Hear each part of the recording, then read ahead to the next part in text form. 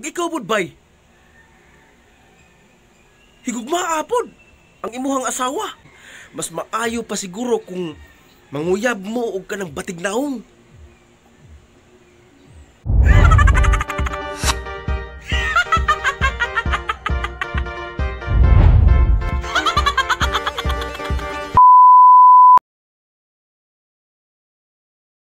Kamo ba kung mahigugma gani mo? Ayaw pag ihurot ang 100%. Kay og kabuangan mo sa babae nga walay ayo. Hikog gina padulong-palulungan ninyo. Ayaw gimo padala kung mahigugma ganita binli og 50% ang inyong kaugalingon. Ang 50% ihatag niya. Ayaw ihurot-hurot. Panalitan. Kung kabuangan ka niya, nya 100% ang gihatag nimo niya sa imong paghigugma niya. Kung mawala to, kung kabuangan ka niya, siyempre ay mong utok, imong hunahuna.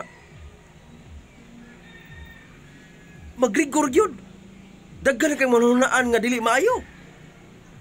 Hikog dito, hikog dire. Ay ginugpadala no? Daghan pa kay babae diri sa kalibutan. Mas maayo pa siguro kung manguyab mo og kanang batignaong. Kay kana kabinla nagbalay. Pero ang iyong asawa gani kanang babae gani ay sa baa sa puni mo nga nagsturya ko dire. Mo na akong tambal no? Kung may gugmag imong babae gani, kinalang ka ng batignaong. Naidigdidan, bukutan, kabilan o balay. Moro gina importante bay. Moro gina importante gyud. Para di ka magmahay sa ulahi. Pero depende na nimo. Dili na ko manghilabot na kung unsay imong gusto. Kung gwapa bagid nga babae mo ang imong gipangita. Paita. Ako bitaw. Bati man tinugog na, pero gwapa sa kong asawa. Pero never ko niya gikabuangan. Itungod ang akong paghigugma niya 50%.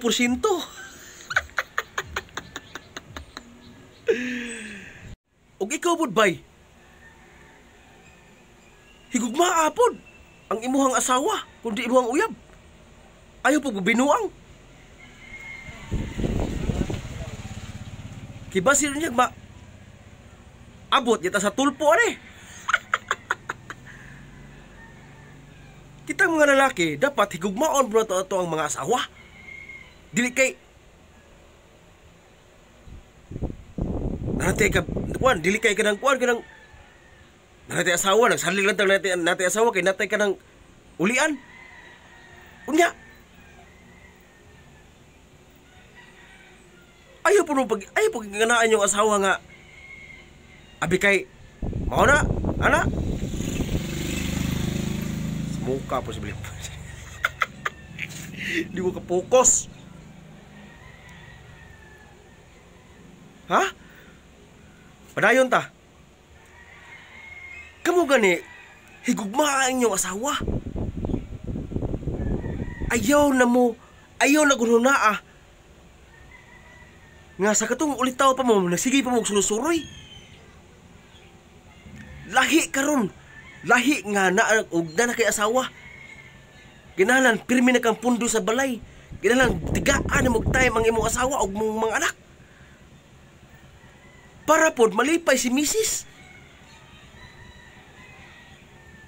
Kung kamo lagi maminyo, huwag tangan na inyong inom, huwag tangan na inyong pagsugal, huwag tangan na inyong sigrilyo.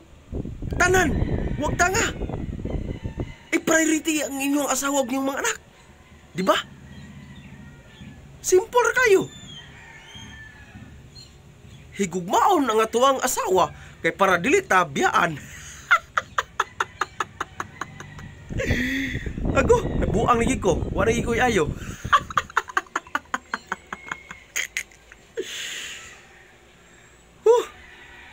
Basin niya maka kanta niya kakuan. Kung ako'y ulitaw, gusto ko maasawa. Unsa man? Pilion ko kanang dili silusa. Lisod ba kay bay? Basta yung mga asawa silusa. Pero para sa ako no, mas nindot ginang asawa nga silusa. Kay gigugbagi ka na niya. Ikaw ra ang naa siyang unuhuna o kasing-kasing. Maora gina kung ikatambag ninyo. Unya, dili lang kukutob.